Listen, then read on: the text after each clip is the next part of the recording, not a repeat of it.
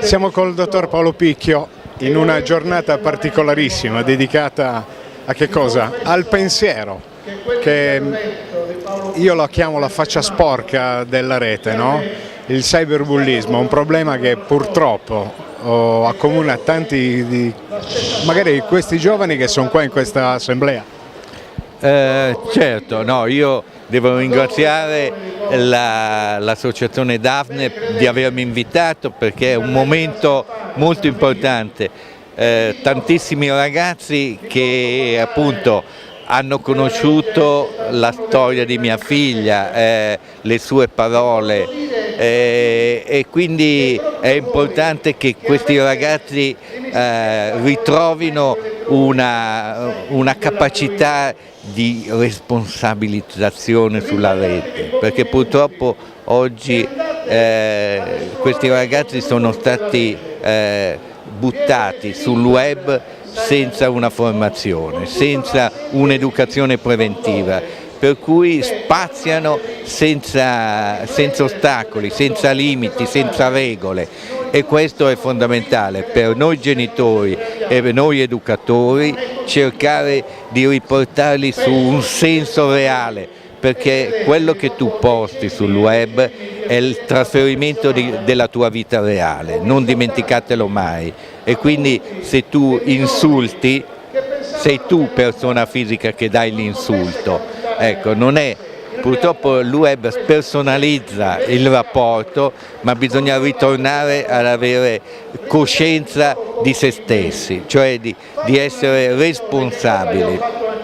Vorrei farle una domanda, secondo lei le problematiche nascono alla base da quello che è l'isolamento in cui si creano molti di questi ragazzi, se lo creano proprio di per loro, il rapporto differenziato con la famiglia, il necessariamente dover seguire dei canoni che purtroppo sono dettati talune volte dall'ignoranza? Dottore?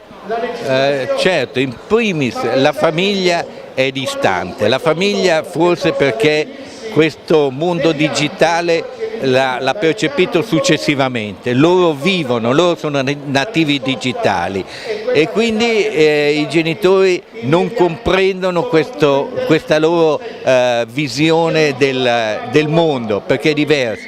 I ragazzi oggi, non avendo più ideali, non avendo più emozioni, perché? Perché questo maledetto mondo web gli dà tutto, gli dà la possibilità di sfogare emozioni, ma emozioni false. Perché? Perché per loro è importante avere i like, l'approvazione degli altri, prima di avere l'approvazione dell'amico, del vicino, di quello che senti fisicamente, e questo è un grosso problema, perché bisogna farli ritornare a una realtà, a far capire che tutto quello che tu posti è la tua persona che metti in gioco, e quindi oggi dobbiamo combattere il sexting, in particolare perché ragazzine di 12 anni che si fanno foto intime non ne provano vergogna, e invece non provano senso di colpa, e quindi è difficilissimo che le stesse ragazzine poi ne parlino ai genitori, perché come ci dicono sempre i ragazzi, purtroppo non abbiamo adulti di riferimento, e questo è importantissimo. Il genitore deve tornare ad avere un ruolo, sì, ma anche di persona che capisce il suo mondo e ne discute con lui del suo mondo.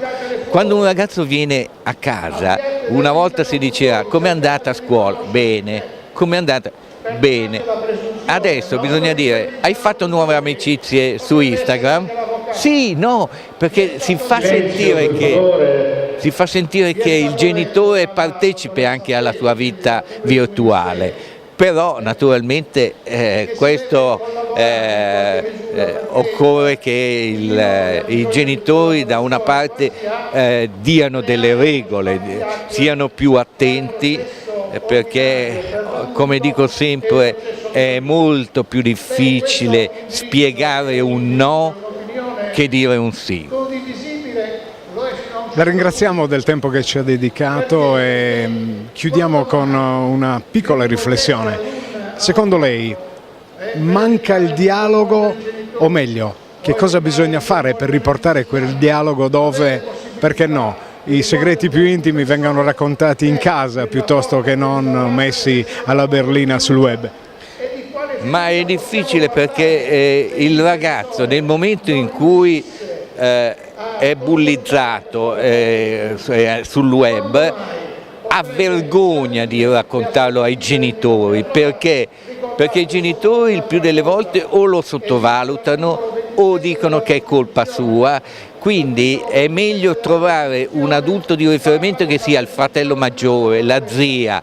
Abbiamo un referente in ogni scuola del cyberbullismo, avete il prete con cui potete confrontarvi, cioè dovete comunque parlarne, perché prima che questa difficoltà a tirarsi fuori diventa poi una patologia, perché il ragazzo si chiude in se stesso, fa atti di autolesionismo e poi il 10% pensa al suicidio, quindi questo va evitato.